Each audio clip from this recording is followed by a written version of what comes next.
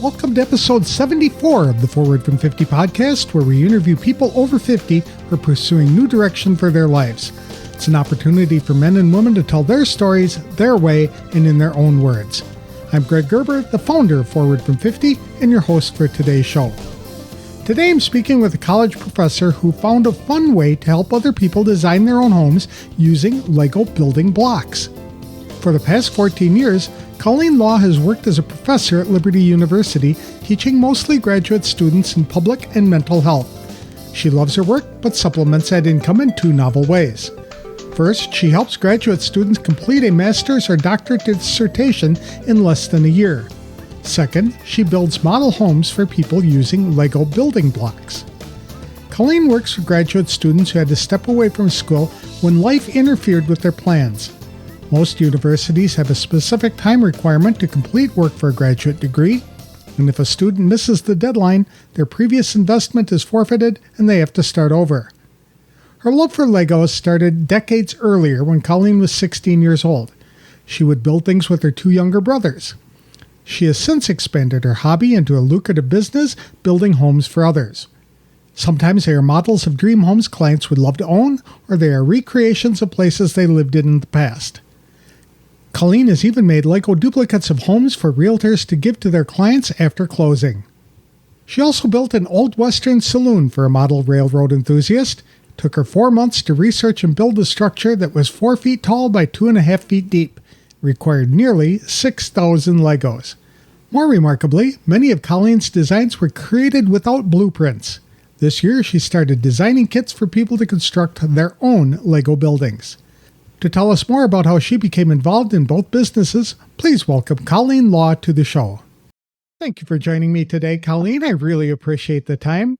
I've known you for a while in one of the groups that I belong to, and I've always wanted to hear more about your stories and to share it with the Forward from 50 community. So thank you for being here today and doing this for us.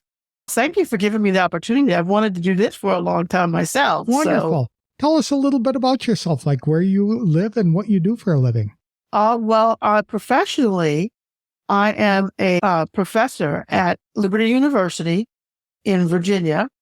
I teach public health and mental health there, teaching mostly graduates, but I also teach some undergraduate courses.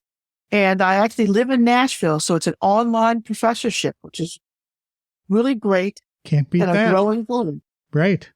Yeah. How long have you been doing that? I'm in my 14th year. 14 years. My goodness. So you were I started out pioneer almost. Yes. I started out as an adjunct instructor and now I'm a professor. Very good. So one of the things that you've done or you've been doing for a while is building things with Legos. That is so unique. How did you get involved in that? Actually, it started when I was 16. My brothers were 13 and 15 years younger than me.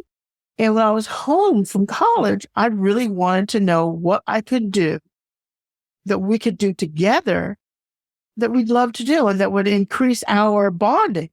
It turned out to be Lego, Duplo and Lego. And so every time we got a chance, and it was really funny, the first time it happened, my brothers and I were at the top of the stairs in our house. And I guess it was too quiet in the house. So my parents came tiptoeing up the stairs, trying to figure out what was going on. And there the three of us were with buckets of Duplo and Lego all around building. I was building a house and my brothers were building cars and rocket ships and all those kinds of things. My parents looked at each other and then walked right back down the stairs. That's fun. So you were a teenager playing with your very young brothers. Yes. And that's what got you into playing with Legos anyway and building things and stuff like that. But you took it a step further than that, didn't you?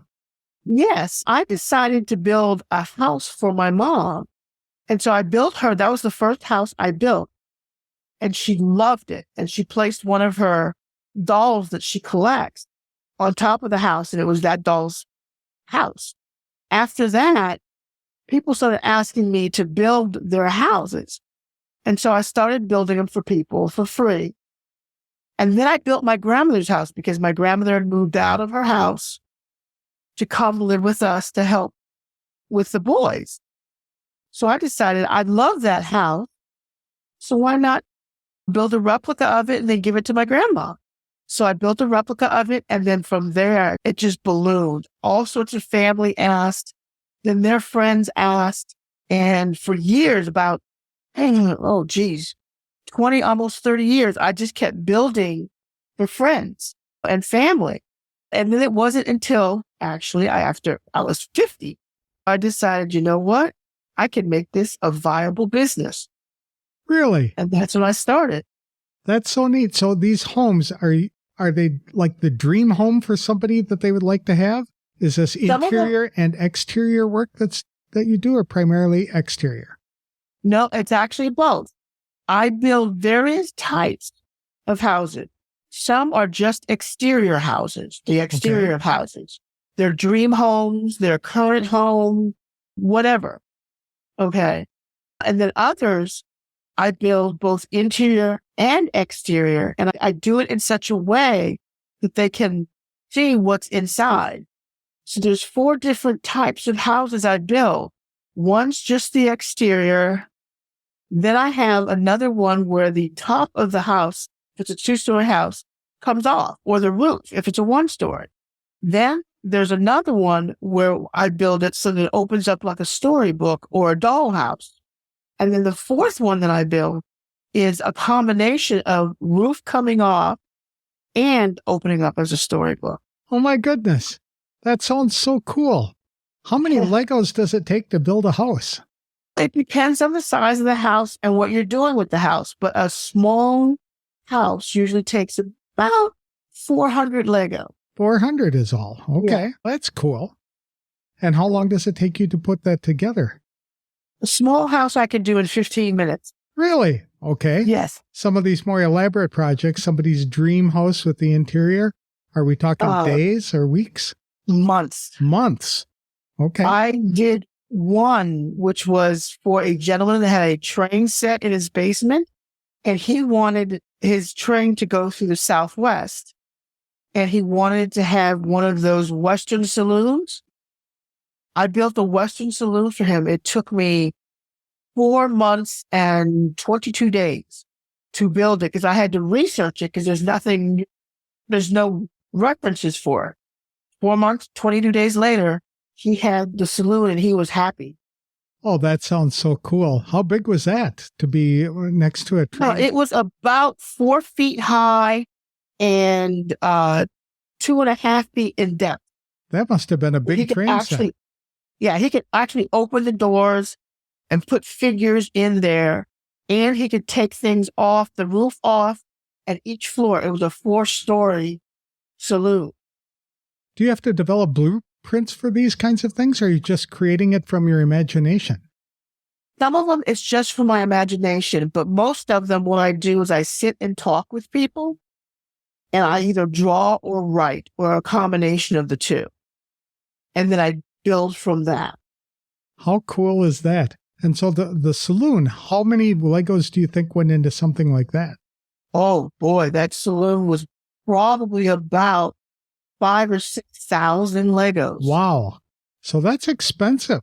Are you charging people to do this kind of thing for them?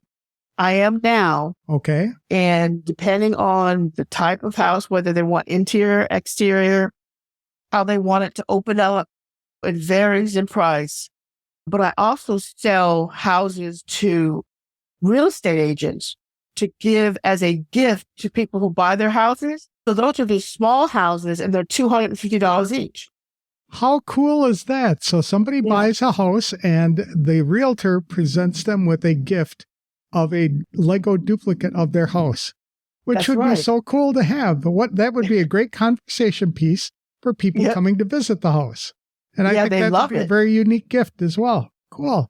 And so you've been doing this for how long? I've been doing the business since 2021. Okay. Yeah, I started entrepreneurial work at the start of the pandemic and then built this business within a year. Okay. That's neat. How many customers or how many homes do you think you've built since then?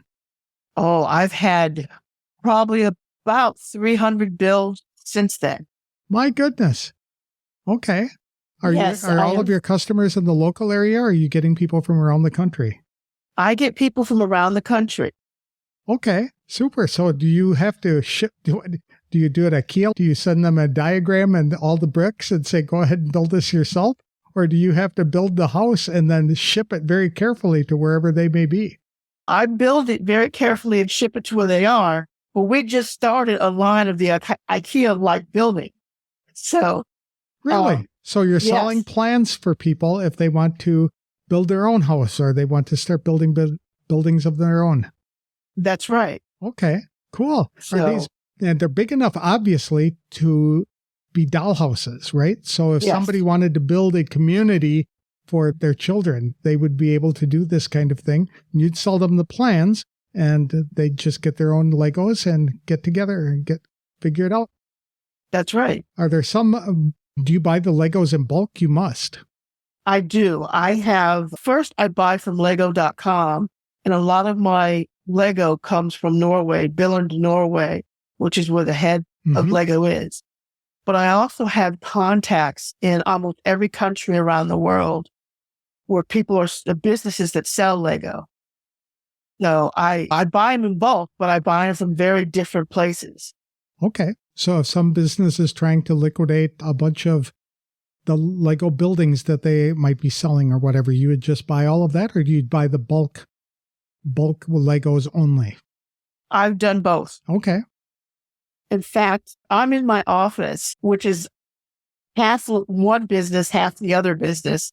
And so I have all my Lego on one side, and I've got 4 trunks stacked high, plus all of the other organizational tools that have Legos within them. Has Lego Corporation, do they know what you're doing? And have they recognized you for the kinds of things you've been building? They haven't yet, but I'm really considering building for their designer program. They have a designer program? Yes. You can build anything you want and submit it to their designer program, and then it gets voted on through crowdfunding. Really? And then after the crowdfunding, Lego professionals from Billund and other places will then vote on the top 5. And those top 5, if they win, they will get Lego kits, Lego sets made out of what you had built. Now I know why there are so many Lego opportunities or different varieties of sets that are on the market today, because people have done this kind of thing. So the Millennium Falcon was probably created in that manner. And the Star Wars, the great big Star Wars things that I see, or some of these they're massive. These kits cost hundreds of dollars sometimes. Yes. Okay, very good. And so you make a decent money a bit of money doing this kind of thing. Yes, I do. In fact, my father was very shocked at my very first year in business. He said, "You can make how much playing with Lego?" Do you want to share that number? My first year in business, I made $47,000. Building houses out of Legos. Yes. That's impressive. That's a great part-time job for some. That's a great full-time job for a lot of people. Yes. Yeah, very good. Do you have help building these, or are these things that you put together by yourself? I now have help. I have 6 people who are helping me. 4 of them are teenagers who are actually on the autism spectrum. So you're helping them? Yes. They're helping you. Okay. That's right. That's right. I also have a veteran helping me and it helps him because he's dealing with PTSD. And this really gets him into focus on one thing. And then I have a young woman who's helping me. She just started helping me with the IKEA-like portion of our business. So do you train people to do this kind of thing if they wanted to go into business for themselves? I don't really train them. It's usually that they already have some talent. Okay. For most of them, if they want to work with me, they have to build a small house for me to evaluate. Okay. So test. Yeah. All right. Because I'd try and build a Lego house and it would look like a 3-year-old had done it. So you're looking for somebody who has some professional kind of design tendencies and know how to make all the angles and the different parts work together. Do you have any idea how many different types of Lego pieces there are? Oh, I haven't counted, but there's at least 100,000. Really? They Different keep coming up types. with new pieces every day. Okay, cool. Yeah. You ever stepped on one? Oh, yes. When I was teen, Oh, you remembered it. It's painful, isn't it? it's painful. Yes. Oh, good. You mentioned you have a second business as well. What does that one involve? Yes, this is the more cerebral business. I am a coach, an academic coach and a life coach. Okay. So I started the business working with PhD candidates who had become separated from their school for a while due to life things, and then come back and discovered they only had a year to complete their dissertation. I've helped them complete their dissertations in 1 year. I didn't know that there's a time limit that you have from the moment that you start that process to the time it has to be completed? Yes, that every school is different, but Okay. there's a time limit. Okay. So they know what they want to write about, but they've got to get it done quickly. So you help them. Do you specialize in specific topics, or can this be applied to anybody doing any kind of dissertation? It's mostly the soft sciences. If it was biology or chemistry or things like that, I could not do it. I have a background in those things, but those require experiment in controlled circumstances. Okay. So you're looking at people, like if I were going to get an advanced degree in English or public relations or whatever the case might be, you would be able to help with something like that. Okay. Yes. Super.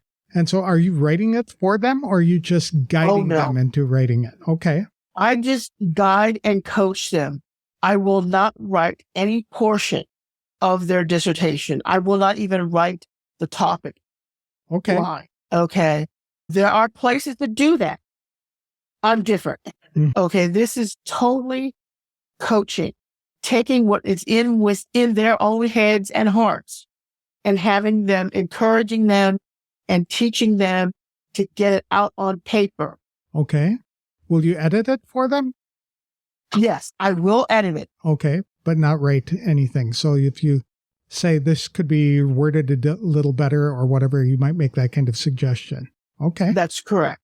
Super. How often or how long does it take for somebody to do a dissertation?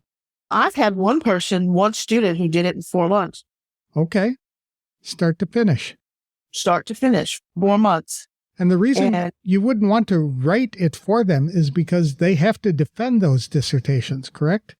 Correct. Some people might not understand what that means. Can you explain how that process works? Yes. At the very end of having written your dissertation, you have to go before a committee. The committee are professors you have chosen to help you along the process of writing your dissertation.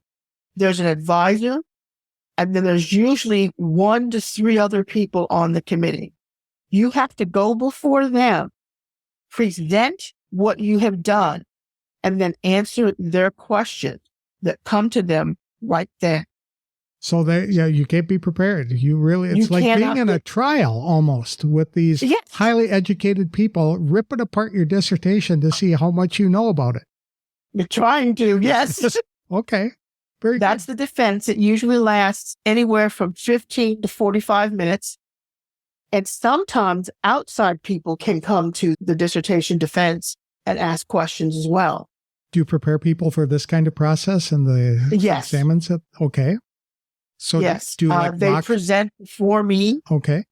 As if I am a room full of people, and I will write down my questions and ask them pointed questions to see if they have understood key aspects of their dissertation.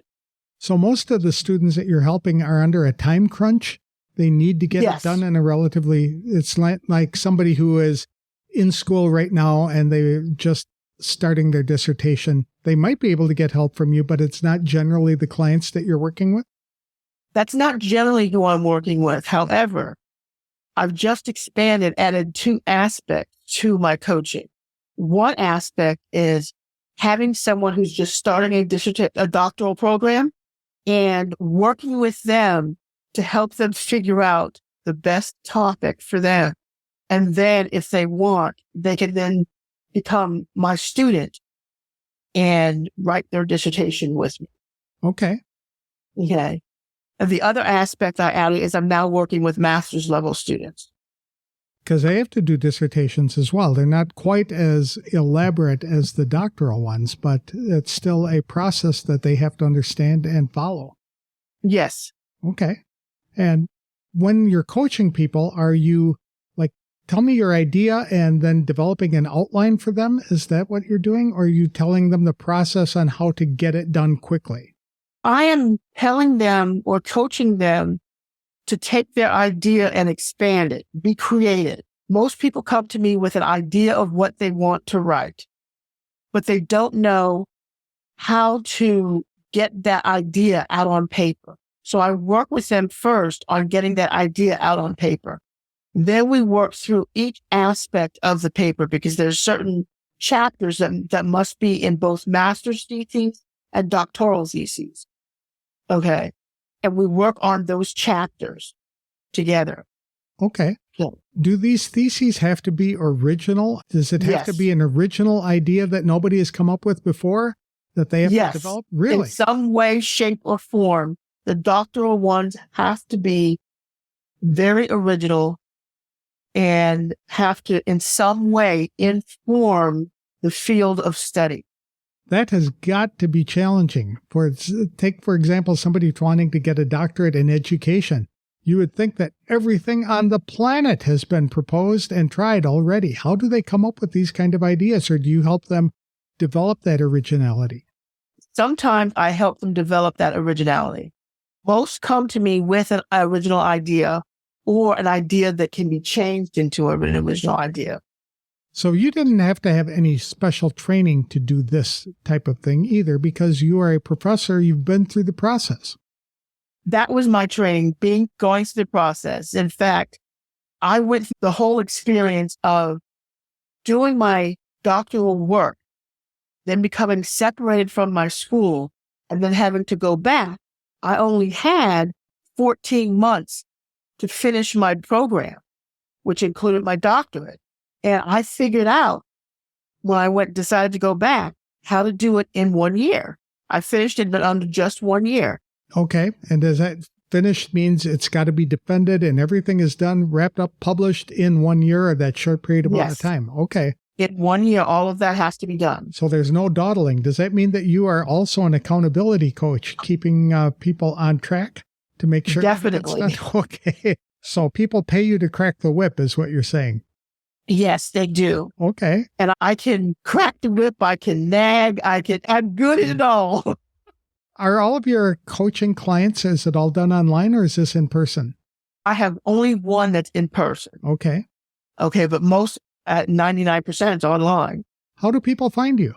They go to abd.com or they can go to their university and talk to their retention officer. I've talked to almost every retention officer in the country, and they can connect them with me. A retention officer sounds like you would go to it if you were thinking you're going to have to drop out of the program because you can't get it done. That's exactly it. So, okay. And so you work with them and they say, no, I don't give up yet. Go see Colleen. Colleen can help you and we can maybe get this thing done. Okay. Exactly. So are your students people of all ages or do you specialize in a particular age group? No, they're of all ages. I have the majority of them are between 40 and 60. Really? Yes. That seems like the ideal time to get that kind of degree because now you've got the experience, you're playing with the academic knowledge, and that's how that makes sense, how you can come up with something unique and creative. You've been out in the field for a while and you say, there's got to be a better way to get this done. And they develop a thesis around that. That's correct. Okay. Most of my master students are between 27 and 40. Okay. And the same kind of thing. They get out of school. They're tired of going to school and they want to get in the real world and go get a job. And then they realize that they're going to hit that ceiling if they don't have more education, especially in some career fields like education. Yes. Okay. How long does it, or how much do people have to pay for your kind of services in that area? Is this on a project basis or is it a flat rate fee? It's actually a project basis. Again, it depends if it's the master's or the doctorate. It depends if they want individual coaching or group coaching, because I offer both. Okay. Okay. It depends on how long. I mean, I usually start with a 1-year fee. And then if it goes beyond that 1 year, it's a certain amount per month. Okay. After that. Okay. Okay. But I've only had 2 people that took longer than a year, and they only took 2 extra months. I would imagine that if life gets in the way, the university might be willing to extend for a couple of months, but it's not going to be indefinite. That's correct. Okay. That's correct. And I had one gentleman who wrote his dissertation 15 minutes at a time. He was a father of 5 kids, all under 8. Oh, how do you find 15 minutes? When he went to the bathroom. Really? Every time he went to the bathroom, he spent 15 minutes there. His computer was there, his notes were there, etc. So for 15 minutes, he was typing. That's funny. So he's locked in the bathroom. It's the only place to escape a house with that many kids and find the quiet time to get in there and get it done. That is too funny. Is there an advantage to group coaching versus one-on-one? The advantage of group coaching is that you get the cross-fertilization of ideas. Right. Okay. I don't have as many ideas in my head as, say, 5 other people in the room or on this call with you. Okay. Mm-hmm. So someone might think of an alternate way of getting data, for example, that I hadn't thought of, but they thought of it because they're in a particular field. Okay. Because I don't know every field out there. So they come up and they say, we could do this. And it turned out to be something that is feasible, time sensitive, and inexpensive. Where did you learn the business skills that it takes to run not just one, but 2 different businesses? Actually, in the beginning of the pandemic, I knew I needed to do something different. So I joined Dan Miller's 48 Days Eagles group. I've heard good things about that program. Yes. Dan Miller was fantastic. He just recently passed away. But everything in that group, from day one, I just set out to learn everything there was. He had a university's kind of system within the group that had every lesson, every discussion that was ever run in the group from day one. Okay. And he had developed it 10 years earlier than when I joined. So I had 10 years to catch up on, plus everything else. But I read everything there was. I took notes. I still have my notebooks. I've got 42 notebooks of notes just from going through the university system within 48 Days Eagles. That sounds like it was a real bargain when it came to education for you, was it? It was. Everything about the Eagles was fantastic. The people, the community, the events, everything. So if somebody over 50 was struggling with purpose, would that be an organization that would help them develop it? Or would that be something more ideally suited for somebody who has a sense of purpose, but needs help to move it forward? Dan, 48 Days to the Work and Life You Love is both a book and a program. Mm-hmm. That's where I started. Okay. That would be where I would focus if you don't have a purpose. Okay. And from there, you can go into many things. Now, the 48 Days Eagles no longer exist since Dan passed away, but they do have a Facebook group that will help you. But there are also other coaches out there that can help you just as much as Dan. They went through his same program? They offer not the same program, but similar programs. But they've probably been through it. Similar education. You can find what you need out there. How has all of this impacted your life, both the Legos business and the dissertation business? I am the happiest person I could possibly be. And I never thought this would happen, because the separation I had from my university was when my 3rd year of doctoral school, I went home to find out that my entire family had been killed by a drunk driver. Oh, my. And that was my husband and my 3 sons. Oh, my. And for about 10 years, I was in and out of hospitals because I was not dealing with it. I never thought I would be outside the hospital system after. Wow. And now I live on my own in a gorgeous place, have my own 2 businesses, plus I teach, which I love. I love all 3 things that I do. I have a great set of friends and family and my Bible community, my church community, everything. I have never been happier in my life or more fulfilled. How do you find balance with all this activity? You're over 50, and most of us, when we get over 50, we lose energy, but it sounds like you just keep plugging in, recharging, and actually creating more. That's actually what has happened. I have more energy now than I have ever remember having. And I think it's simply because I don't look for balance. I just look for what I need to do on any given day in any given aspect of what I do. I focus on enjoying that. I would imagine it helps as well if you get frustrated, bored, or just drained doing dissertations. You can go have fun building Legos. So you've got some sort of balance in that regard. Okay. Yes, I do have that balance. I have the cerebral aspect, and then I have the creative aspect. Do you have any mentors who've helped you along the way? Dan Miller would be the top. Okay. And then Teresa McCloy and Justin Janowski. And then, of course, the person that we know, John Stange. Mm-hmm. So those 4 have really helped me along the way. Okay. Is it important for people over 50 to have mentors? Or are they at the age where they need to be mentoring? If you are an entrepreneur, you need to both mentor and be mentored. Okay. Can't have one without the other. Or let me put it this way. You will stagnate if you have one and not the other. I've heard other people say that once you learn things and you're teaching it, it's really forcing you to learn that even more. Is that true? That's very true. And actually, one of the courses I teach, actually 2 of the courses I teach at the university level, at the graduate level, involves bringing together students who have diverse experiences to focus on one particular issue. And I learned so much because you don't have all the time in the world to learn all these different things.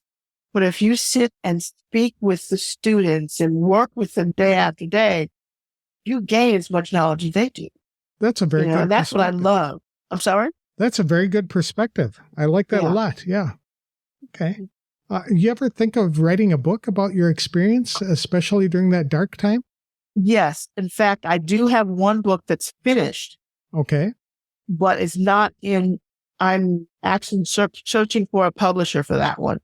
And then I have 2 other books that are finished, searching for publishers for them, but I necessarily need to make a few changes in both of those. Okay. So we can expect them to come out this year or next year? Probably next year for the first one. Okay. Very good. Do you have a title in mind? Something that people should look for? For the first one, it's finished. A roadmap completing your dissertation in 1 year. Okay. So it's a professional book. Yes. Okay. Yes. Super. And so that'll be coming out next year. Do you have any regrets that you wish if you had a chance you'd go back and change something? Not one. Really? One. And why is that? Because I know that every part of my life has been structured by God. Mm-hmm. Everything I have gone through, I had to experience to be the person I am now. And if I were to change any of that, I would not be the person I am now, which means I might not be as joyful or as fulfilled or have the people in my life that are just adding so much to it. I can't regret anything. I would imagine that people who went through the trauma of losing their entire family, their spouse and all their kids in one single accident, that would be devastating for them. What did you do to overcome that? As I said, I spent 10 years in and out of hospital. But I do have to say, God met me in the very first hospital I was in And I had never heard God's voice before, but I was sitting in the day room waiting for an activity that we normally did. And I heard, look, the word look. I looked around at all the people who were there waiting with me. And I said, God, I don't want to be like these people. And he's probably saying, you're not like these people. Why are you here? That's primarily what he was saying. And increasing my relationship with God, learning the things I needed to learn, both spiritually and otherwise, over the next 10 years brought me to where I am. I had to learn that my loss was unique. It was. And that I had to open my hands to what God was going to be teaching me through that loss. Okay. And to not hold on to what I had, because God's saying, I close one door, but I open many more. There's a process for grieving. There's a time for all of that, but there's also a time to let it go. Isn't that in the Bible? Yes. Yep. So you let it go and started the dissertation business at about that time? Actually, after the 10 years, not the 10, 9 of those years, I was in and out of hospitals. That 9th year, I had decided I'm going to go back and finish my dissertation. Okay. So that 9th year into the 10th, I was writing my dissertation. In 2010, I graduated. From that point forward, I kept looking for more. And almost 10 years later, I found Dan Miller. Okay. And that's when I started. And did you have your job as a professor by then? Yes, I did. But at the time, I was not doing what I'm doing now. Okay. What I'm doing now is teaching graduate students, being on dissertation committees as both an advisor and a reader, and helping students move from student status to professional status. That is so cool. Do you have any advice for people over 50 on how to identify or pursue their passion? One thing is to be open to what God is telling you. That is the key thing. If he says, there's something I want you to learn, and it's through this course that's offered at your church. I'm using my example for me. The course that was offered at my church was the 48 Days to the Work You Love. And the first time it was offered, I was just too tired. I was working too hard to take advantage of it. The next year it was offered again, and I took part in it, and everything changed. So being open to what God tells you, being open to new experiences, just take advantage of every opportunity that comes along to learn, to get to know people, just to experience something outside of your normal every day-to-day life. That, I think, really adds to the lives of people 50 and older, and even people younger. But I think that is the way we realize that age is just a number. Sounds like you need something to break the routine. If you're caught in a routine and you can't figure out a way to get out of it. So you just look for that opportunity first to do something different. That's right. How can people connect with you if they'd like to find out more information about either your Lego business or your doctorate business, or just connect and pick your brain? For the Lego business, it's custombuilthouses.com, and you can reach me through that website. For the dissertation business, it's abdcoaching.com. They can reach me through that. And personally, they can reach me through colleen.e.law@icloud.com. Very good. Are you active on social media platforms as well? Yes, I'm on Facebook and LinkedIn, and just recently, Instagram. All right. You have to be on Instagram if you're going to do anything with the universities today with That's right. the kids who are that age.